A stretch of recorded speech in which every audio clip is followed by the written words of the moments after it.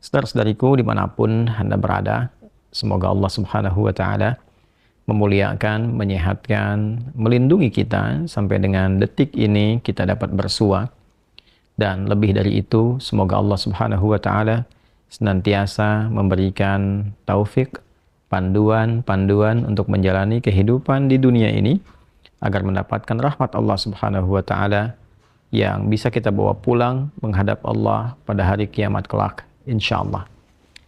Edisi spesial yang biasanya kita membahas Aqsa dengan cukup panjang. Kali ini kita ingin berbagi pesan yang sangat singkat, yang dalam singkat ini kita ingin mengingatkan baik kepada diri saya pribadi dan kepada kita semua tentang satu bagian dari ayat Al-Quran yang kiranya penting kita renungi, yaitu Quran surah ke-81 At-Takwir di ayat ke-26, saat Allah Subhanahu wa Ta'ala berfirman, "Fa'aina tadhhabun?" Maka engkau itu sesungguhnya mau kemana? Ayat yang singkat tapi begitu padat dan sangat mendalam, memberikan satu kesan yang cukup menusuk ke dalam jiwa setiap manusia. Pertanyaan yang datang langsung dari pencipta kita, sesungguhnya engkau mau kemana? Allah sudah menjelaskan mengapa kita diciptakan. Allah sudah memberikan jalan kehidupan bagi kita dan menerangkan konsekuensi di balik pilihan-pilihan yang kita tetapkan untuk menempuh jalan-jalan yang dimaksudkan. Bila benar, resikonya seperti ini. Bila salah, konsekuensinya demikian.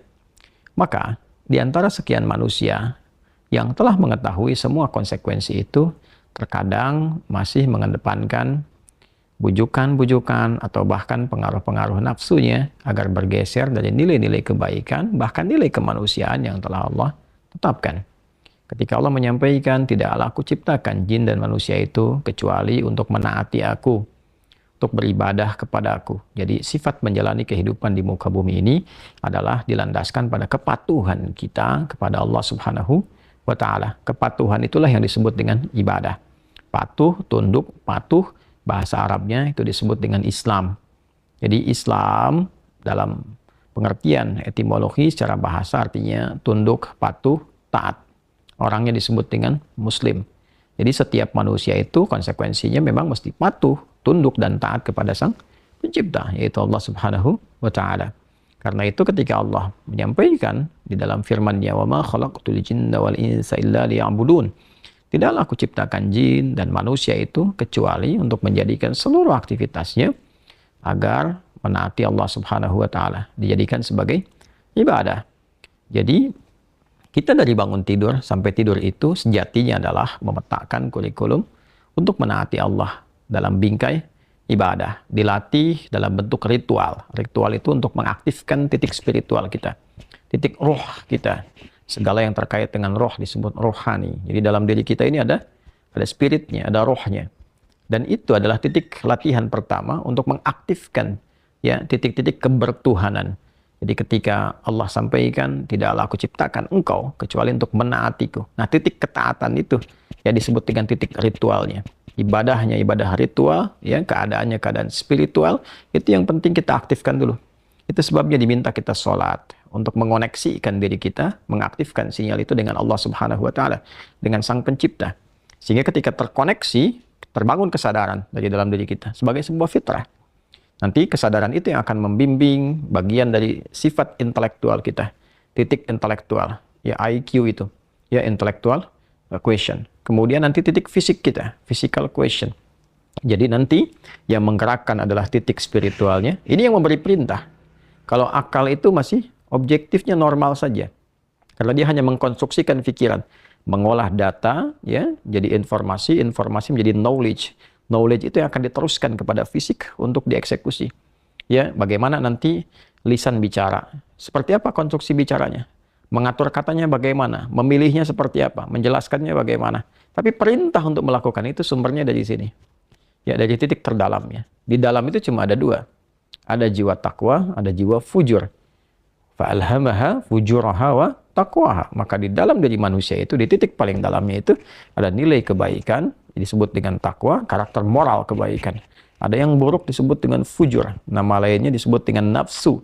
Karena dari fujur keluar su, melewati nafas. Nafas ketemu su, jadi nafsu. Quran surah ke-12 ayat 53. Wa ma ubarni'u nafsi innan nafsa la'ammaratum bisu illa ma rahima rabbi. Maka semua tindakan kita, menatap, mendengar, berbicara, bertutur, sampai dengan berjalan, ujung kepala sampai ujung kaki, yang kita jadikan sebagai bagian dari perangkat beraktivitas itu, semua tatanannya, perintahnya kalau tidak dari takwa, adalah dari fujur. Kalau bukan dari sifat baik, sifat buruk yang bersumber dari nafsunya. Maka semua kegiatan yang kita desain dalam setiap hari itu, kita tata. Dan Allah tanya, baik, engkau untuk apa bekerja? Ya Allah, saya ingin mencari rezeki. Baik, bagus. Untuk dapat uang. Setelah dapat uang mau kemana? Pengen kaya. Setelah kaya mau ngapain? Beli ini, beli itu. Setelah itu mau ngapain? Ditanya terus sampai ujungnya. Fa'aina tadhhabun? Sampai ke titik puncaknya. Kalau kamu sudah meraih apa yang kamu inginkan itu, harta sudah banyak, terkumpul, sudah mewah, rumah sudah megah, mobil melimpah, hidup juga kaya begitu rupa, terus mau ngapain? Ya.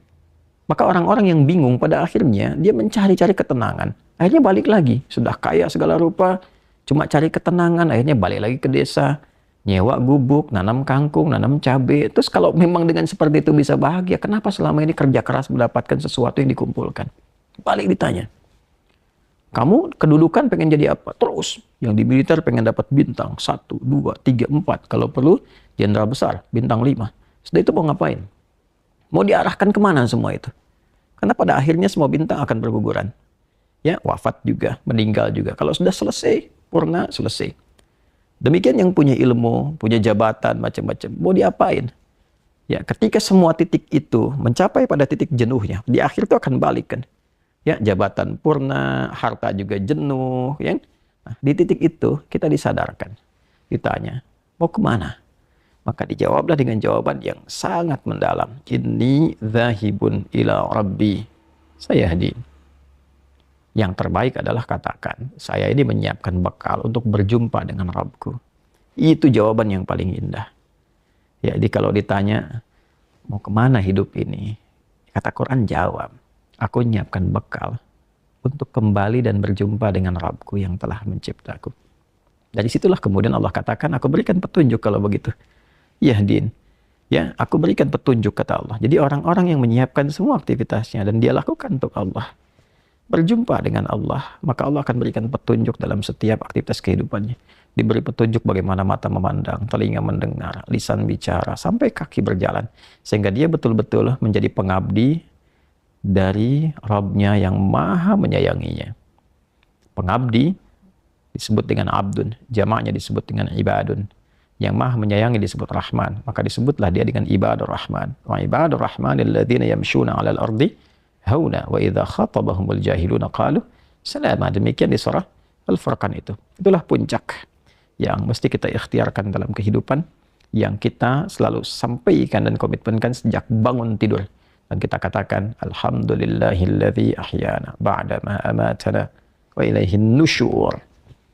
Terima kasih ya Allah, segala puji hanya milik-Mu yang telah memberi kesempatan hamba menjalani kehidupan.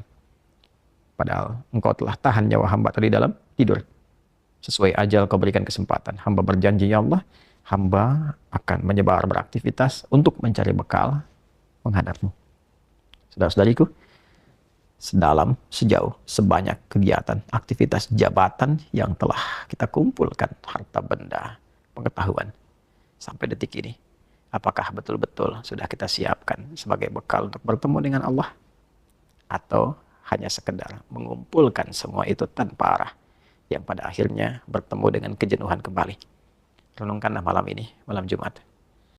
Jumat saat manusia pertama diciptakan, diturunkan di surga, mengawali misi di dunia, diwafatkan, dan di titik itu kita akan berpisah dengan dunia. Saat azan berkumandang, nampak jelas seluruhnya. Semoga Allah muliakan kita. Selamat merenung. Allahu Akbar. Allahu Akbar. Subhanakallahumma bihamdika asyhadu an la ilaha illa anta nastaghfiruka wa natubu ilaik. Alhamdulillahirabbil alamin. Assalamualaikum warahmatullahi wabarakatuh.